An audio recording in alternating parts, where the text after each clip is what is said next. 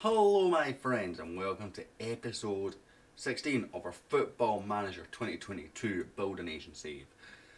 In Scotland we're currently with Clyde on Mozza's Extended Independent Scotland database. And I promised you the title decider this episode and I messed up.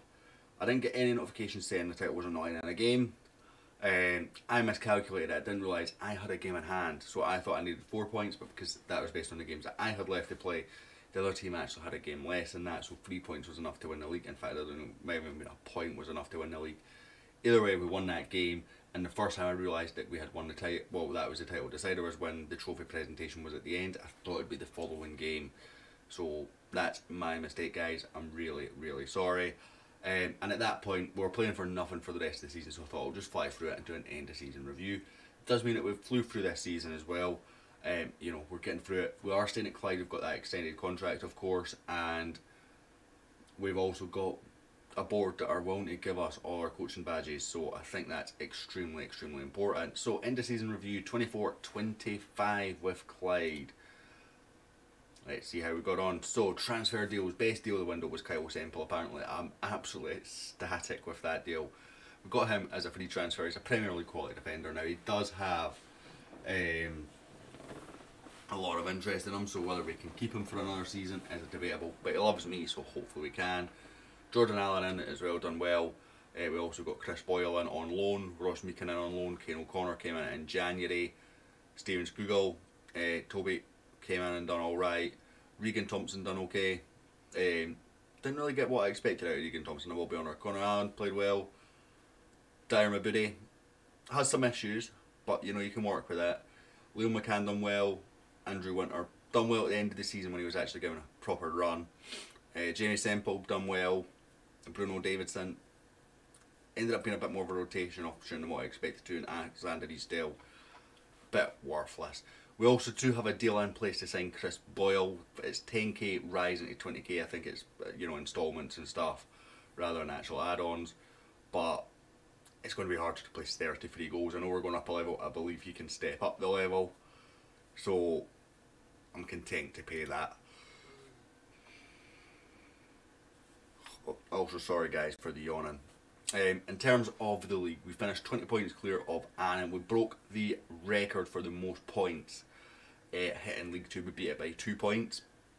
It could have been a bit more, but the performances, once the league was won, the performance levels dropped a little bit, and that's not surprising. The board gave me a B minus for that. The Scottish Cup, we got to the quarter-finals before being knocked out by Rafe. We actually played really well in that game and probably deserved to beat Rafe. They came strong on at the end, and as we were tired, and the quality just showed through. You know, they're an SPFL Premiership club this season. Wasn't expected to beat them, but that late onslaught from them and the fact that we didn't take chances beforehand probably cost us about £1 million. I'm sure it's about £1 million for getting to the semi-finals with the Hampden Gate receipts, which would have been absolutely huge. I mean, the club's not exactly struggling money-wise, but you know. In terms of the Betfred Cup, we were knocked out by Hamilton. We got knocked out of the group stages. Hamilton, St Mirren, Annan and East Stirling. Won 2 games out of the 4. We lost the 2 that we were expected to lose, really. And the Challenge Cup, we beat Aberdeen B and lost to Hamilton. Biggest win was a 6-0 win, 5-0 win rather, against Stranraer. Match to remember was a 5-1 win against East Fife, and the goal of the season came to George Stranger in a 6-3 victory over East Fife. Defence wasn't great that game, was it? No new sponsorship deals, no new notable deals, money's going down. Competition prize money's gone up though, so that's happy. Thompson selling a bunch of kits. Semple, you could tell me which Semple that is. You know, I'd expect there to be quite a lot, but we only sold 115 shirts, so hopefully that goes up in future. This is sort of how we lined up. It was our standard team, so Toby, I'm surprised it's putting Jordan Allen in there over the other guy. They both played similar amount of games, though, to be fair. Stranger and Semple obviously in defence, with Meekin on the right. Allen and Thompson were in the midfield. Mabudi and Cunningham on the flank, Semple on the 10, and Boyle up top, of course.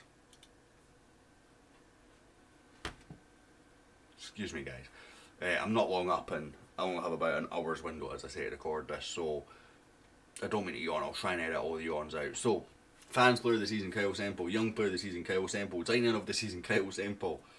I'm not surprised with all of those, to be fair. He did have 20 man of the matches in the league from... Sorry, 20 man of the matches from however many games he played, which is absolutely insane, and I think it was like something like 18 of those were in the league. George Stranger getting the goal this season, I think that was a free kick. Chris Boyle, top goal scorer, not surprising to see that, 29 of those 33 goals in the league.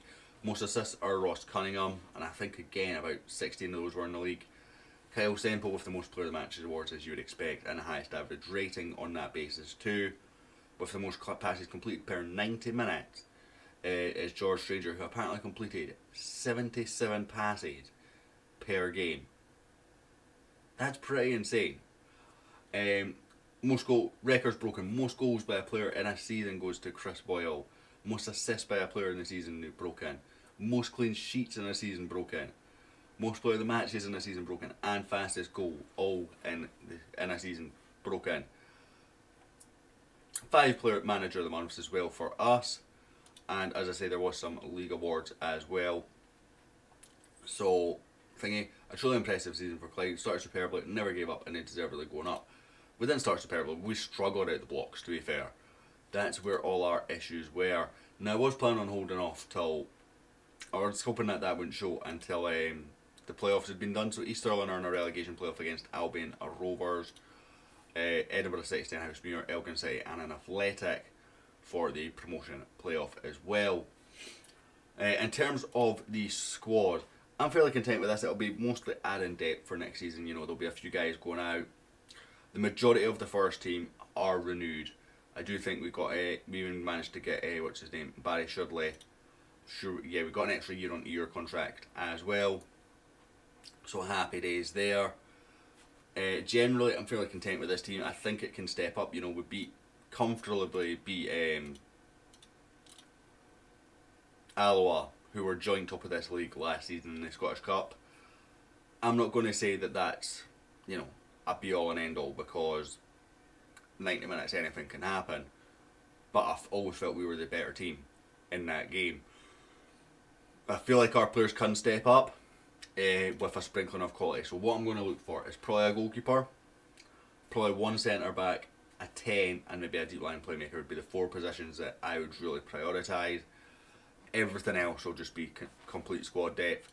Money wise, we have 154,000 to spend, and our wage budget just about doubles, which is great because I think there's a lot of wage increases in here. Sure, there's a lot of 30% and stuff for promotion that I just couldn't negotiate out. And you know, they're League One quality players, probably deserve to get a wage rise when we go up. So I'm going to leave this episode here, guys. I'll be back with, I'll probably skip the Betfred Cup again. So I'll be back with the first league game of next season, and we will go from there. We'll review all our transfer business. So if you're new and you're enjoying this, hit subscribe, hit like as well, of course, if you're a regular and you're enjoying it. And if you've not liked it, hit the dislike button, let me know why in the comments below, and I'll hopefully catch you all next time.